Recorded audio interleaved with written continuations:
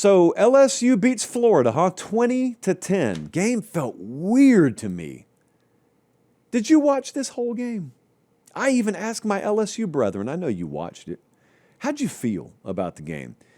The Chalice rating is not kind to this game. Now, we're just using a basic viewability rating. This was an ugly game to watch. So we give it 1 Chalice. Now, it doesn't matter if you're an LSU fan. You got the win. But it never really settled in. Like the Georgia-Tennessee game settled in. It got a flow to it. Notre Dame A&M's crazy, but it had a rhythm and a flow to it. This was just like, if you've ever gotten too tight into a parking lot and it's drive, reverse, drive, reverse, drive, reverse, drive. You never really got it in drive. You never really got it in reverse. You were just stuck because you pulled your Yukon into the Piggly Wiggly parking lot and you didn't really respect the space issues. Couldn't be Phoenix City, Alabama. Me and Meemaw used to walk to the pig on Somerville Road.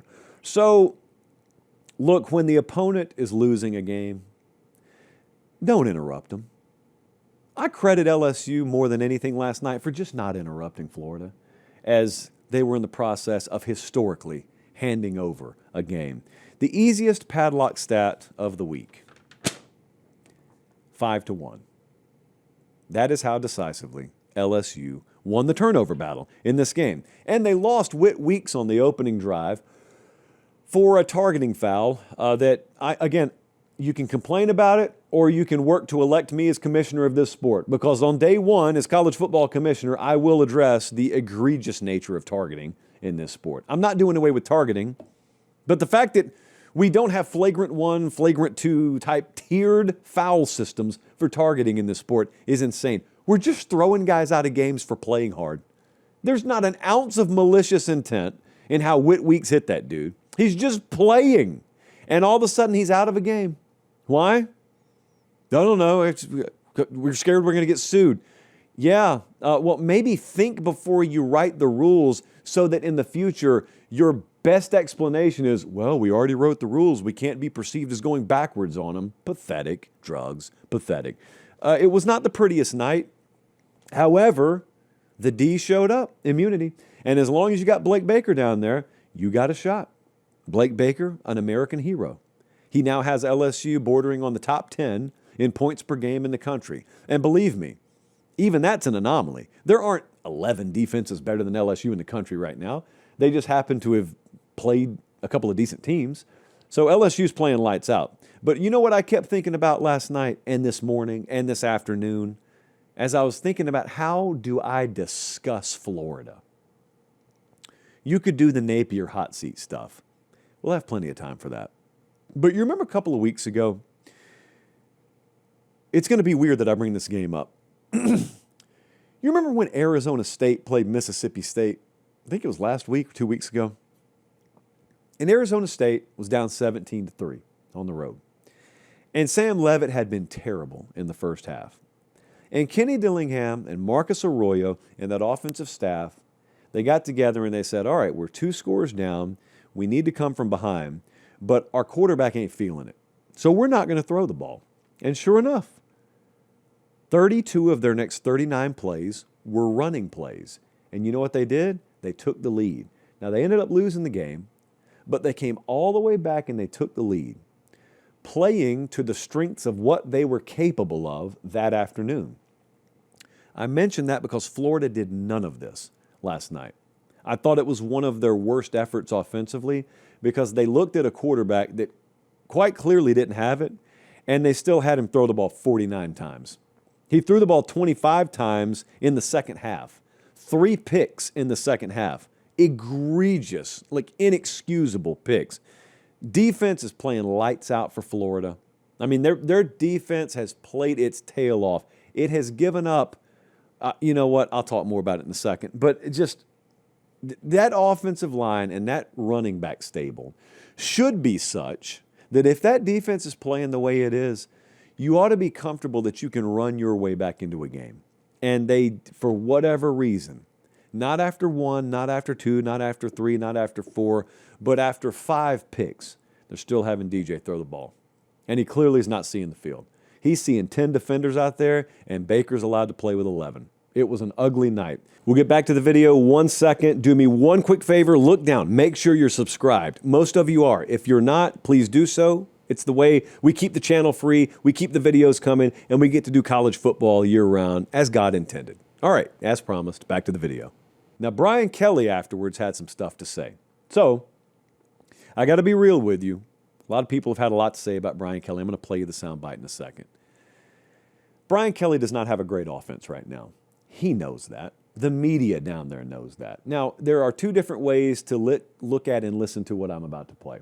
Now, I got to tell you, if I'm Brian Kelly, if I'm the coach of LSU, and I just beat Florida, this is probably what I would sound like. Roll it, Bradley. Brian in the back, I know you love these immediate post-game sessions, but what are you seeing with your offense? Stop. Really? Is that the first question? We won the game 20-10. Try another question. What do you want me to tell you? I just laid it out for you. We played the game to win the game.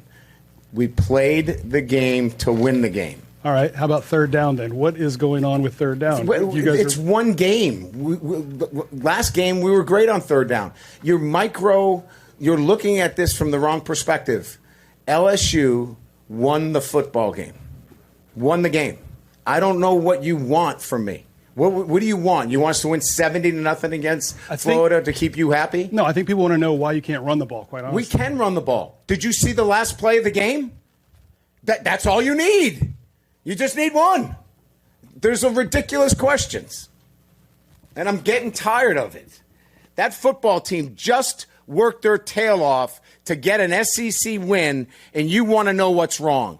You know what? You're spoiled. You're spoiled. This team is 17-1 at night. 17-1. Give them some respect. How about that? Give them some respect instead of micro-analyzing every little thing. This is ridiculous. For a group of seasoned reporters, that kind of question is so out of line. Yeah, so look, there's a lot of validity to what he's saying technically. And if I were the LSU coach, I'm just coming off the field, I know how tough it is to win those games. I mean, you got Florida's max effort. They played poorly at the quarterback position, but you got the max effort, and you won the game. The last thing you want to be doing is getting criticized. So if I'm Brian Kelly, I'd probably sound like that. But if I were Florida, or if I were an LSU fan, I'd have those concerns. So the question's totally valid. You know, maybe ask it fifth instead of first. I don't know. Ask it Monday or Tuesday instead of Saturday. They're 108th in points per game offensively right now. Like, clearly, LSU's offense is a shell in terms of what people thought it would be capable of so far. Now, that's through 3 games, and they've played 2 really tough defensive opponents. Last week kind of was what it was against Louisiana Tech. I will even give you benefit of doubt. That was like a letdown spot, look-ahead spot. So maybe you've just been in a letdown spot for your inferior opponent, and you played 2 really good defenses, and Brian Kelly's right. Maybe Brian Kelly is telling the God's honest truth that they called that game last night in the best manner to win that game. They realized, hey, the other guy doesn't have his fastball or his curveball or his changeup, so they keep turning the ball over. We don't really need to try and hand it back to him. I mean, Nussmeier had an egregious pick of his own last night, so he's still got that in him a little bit. Let's just pack it in. We'll be happy with the win here, and we'll move on down the road. When we need to open the offensive briefcase, it'll be there. You know, the reason I'm not going to get worked up about that is because if he's right, he's got a game at Ole Miss coming up, a game at Vandy. He's got Texas A&M on the schedule. He's got to go to Alabama, and he's got to go to Oklahoma. And I can promise you they're not holding all them to 10 points. As much respect as I have for Blake Baker, American icon. I don't know that every one of those games is going to be one where LSU can afford to sit there and just grind out a win. They may have to do what Georgia did yesterday. They may have to do what Texas A&M did yesterday. Can they? I don't feel like they could right now. But Brian Kelly knows his team better than me. And like I said, it's not like they play a bunch of tomato cans the rest of the year where we'll never know. Either way, we're going to find out. We're going to find out. You know what? Maybe they're not good right now and they'll get better over the course of the season, too. That's another possibility. There's a third possibility, and that is Brian Kelly knows that his offense is sort of permanently limited this year, and he's trying to enjoy the wins while they can get them. That's a very pessimistic view, but I'm in the interest of offering every viewpoint. That's on the table. It's still only week 3. We're just not going into week 4. There's still a lot we don't know. I was thinking about the entire SEC last night and thinking about how, forget about trying to predict it in the preseason. I've given you and myself 3 weeks. Are you any closer to being able to predict the SEC right now? I'm not, but I can tell you one thing I know. And this one's going to be tough for me, considering what I thought I knew in the preseason. But we got to do it. We do it every week. Ladies and gentlemen, our special musical guest, Sarah McLachlan. Florida is this week's Sarah McLachlan special. Hit it, Prez. The Florida drive chart is horrific from yesterday. Field goal, interception, 3 and out, punt, touchdown, interception, punt, interception, punt, interception, interception. And that's it. That's an entire season's worth of picks in one 3.5-hour game. Florida has allowed 2 offensive touchdowns through 3 games, and they are 1-2. This defense is being wasted worse than any Heisman caliber quarterback in the history of Lincoln Riley teams. This is horrible to watch. Napier is 16-21 versus FBS opponents at Florida now. There are 121 FBS teams with fewer picks this season than DJ Lagway had in one evening against LSU. And Florida still has games at Miami, Texas, at A&M, Georgia, at Ole Miss, at Tennessee, Florida State. They still play, according to the esteemed Associated Press Top 25 rankings, the number 4, 5, 7, 8, 10, 13, and 15 teams in the country. So if it feels bad now, don't worry, it's going to get a whole lot worse. The Sarah McLachlan special, the completely inept and neutered Florida offense. We move on. I hate to do it. Some people thought in the chat that we had forgotten the Sarah McLachlan special. No, we just buried it a little bit later in the show.